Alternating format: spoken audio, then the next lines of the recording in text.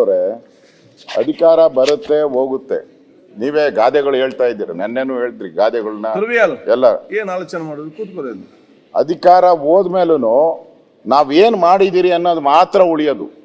ನೀವು ಅದನ್ನ ಹೇಳ್ತೀರಾ ಸಾಕ್ಷಿ ಗುಡ್ಡೆ. ಆ ಹೆಜ್ಜೆ ಗುರುತನನ್ನ ಬಿಟ್ಟು ಹೋಗ್ಬೇಕು ನೀವು.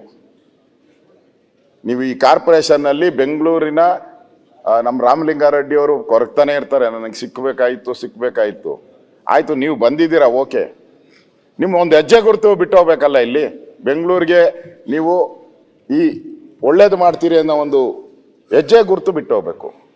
ಅಲ್ಟಿಮೇಟ್ ಆಗಿ ಅಧ್ಯಕ್ಷರೇ, ನಾನು ಹೇಳೋದು, ನೀವು ತಂದಿದ್ದೀರಲ್ಲ, ಇದರಿಂದ ಬೆಂಗಳೂರು ಜನತೆಗೆ ಏನು ಲಾಭ?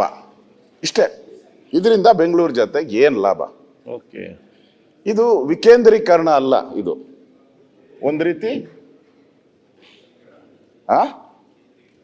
ವಿಕೇಂದ್ರೀಕರಣ ಆಗಿಲ್ಲ. ಇದು ಡಿ.ಕೆ. ಶಿವಕುಮಾರ್ ಅವರು ಇಲ್ಲಿ ಬೆಂಗಳೂರು ಇನ್ಚಾರ್ಜ್ ಆಗಿದ್ದಾರೆ ಅನ್ನೋ ಒಂದೇ ಒಂದು ಕಾರಣಕ್ಕೆ ಕೇಂದ್ರೀಕರಣ ಮಾಡ್ತಾ ಇದ್ದಾರೆ ಅಷ್ಟೇ.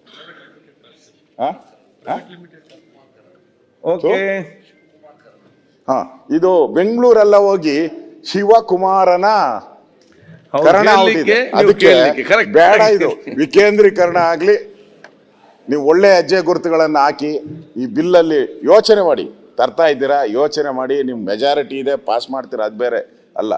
ನೀವು ಹೆಜ್ಜೆ ಗುರುತುಗಳನ್ನು ಹಾಕ್ತಾ ಇದ್ದೀರಿ, ಒಳ್ಳೆ ಹೆಜ್ಜೆ ಗುರುತುಗಳನ್ನು ಹಾಕಿ. ಈ ಬಿಲ್ಲು ಒಳ್ಳೇದಲ್ಲ ಸಮಾಜಕ್ಕೆ. ದಯವಿಟ್ಟು ವಾಪಸ್